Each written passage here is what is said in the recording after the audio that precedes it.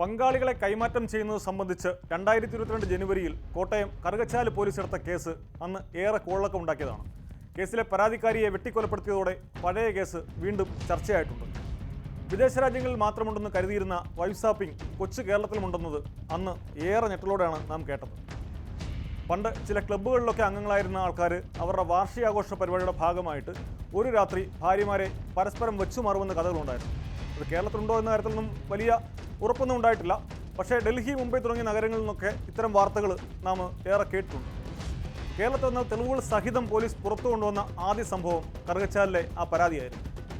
ആദ്യം ഒരു യൂട്യൂബ് ചാനലിൽ നൽകിയ അഭിമുഖത്തിലാണ് ഈ യുവതി ആ വിവരം പുറത്തുവിട്ടത്. അന്ന് അവരുടെ മുഖമൊന്നും കാണിച്ചിട്ടില്ല. അപ്പോൾ അത് ആ ശബ്ദം കേട്ട് സംശയം തോന്നിയിട്ട് വീട്ടുകാർ ഈ വിവരം യുവതിയോട് കാര്യങ്ങൾ തിരക്കി. അവർ കാര്യങ്ങൾ വീട്ടുകാരോട്, ബന്ധുക്കളോട് പറഞ്ഞു. എന്നിട്ട് തുടർന്ന് പോലീസിന് പരാതി നൽകുകയായിരുന്നു. പക്ഷേ പോലീസിൻ്റെ അന്വേഷണത്തിൽ വലിയ ഞെട്ടിക്കുന്ന വിവരങ്ങളാണ് പോലീസിന് അന്ന് ലഭിച്ചത്. ഭർത്താവ് ചോദ്യം ചെയ്യലിൽ കാര്യങ്ങൾ പോലീസിനോട് അന്ന് വെളിപ്പെടുത്തി. ഫേസ്ബുക്ക്, അതുപോലെ ടെലിഗ്രാം, വാട്സപ്പ് തുടങ്ങിയ സോഷ്യൽ മീഡിയകൾ വഴി, അത്തരം സോഷ്യൽ മീഡിയ പ്ലാറ്റ്ഫോമുകൾ കൂടി നിരവധി ഗ്രൂപ്പുകൾ കേരളത്തിൽ പ്രവർത്തിക്കുന്നുവെന്ന് പോലീസിന് അന്ന് കണ്ടെത്താൻ കഴിഞ്ഞു.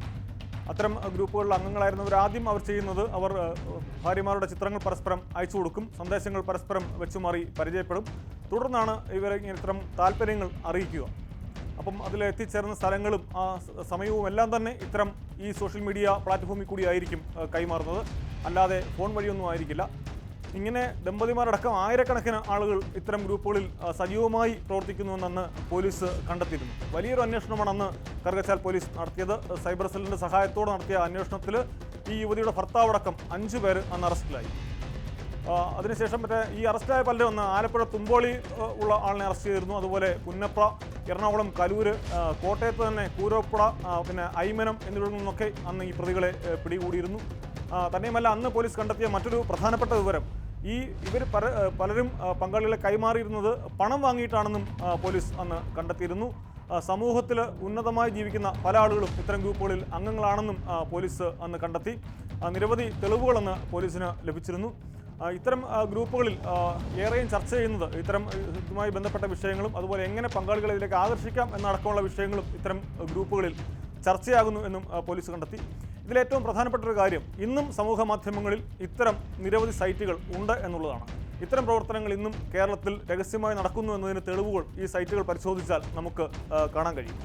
എങ്ങനെ ഭാര്യമാരെ ഇതിലേക്ക് ആകർഷിക്കാം എന്നത്, അതിനെപ്പറ്റിയൊക്കെയുള്ള നിർദ്ദേശങ്ങൾ, ഉപദേശങ്ങൾ, അത്തരം കാര്യങ്ങളെല്ലാം തന്നെ ഈ സൈറ്റുകളിൽ ഉണ്ട്.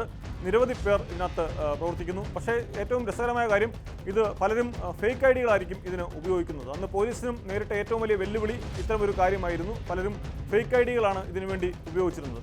എന്തായാലും ശാരീരികവും മാനസികവുമായ പല കാരണങ്ങളാലാകും ഇതിന് പലരും അടിമയായി പോകുന്നത്. ഒരിക്കൽ ഇതിൽ പെട്ടുപോയാൽ പിന്നെ തിരിച്ചു വരാനാകാത്ത വണ്ണമുള്ളൊരു പടുകുഴിയിലേക്കാകും ഇത്തരക്കാർ പതിക്കുക എന്നതാണ് പ്രധാനപ്പെട്ട കാര്യം. മിക്കപ്പോഴും ഭാര്യമാർക്ക് ഇതിലൊന്നും താല്പര്യമുണ്ടാകില്ല. അവരെ നിർബന്ധിച്ചും സമ്മർദ്ദം ചെലുത്തിയും ഒക്കെ അവരെ ഇതിൽ വശംവദരാക്കുകയാണ് ചെയ്യുന്നത്. ചിലരൊക്കെ എതിർത്ത് നിന്ന് കുടുംബജീവിതം തന്നെ വേണ്ടെന്ന് വെക്കും.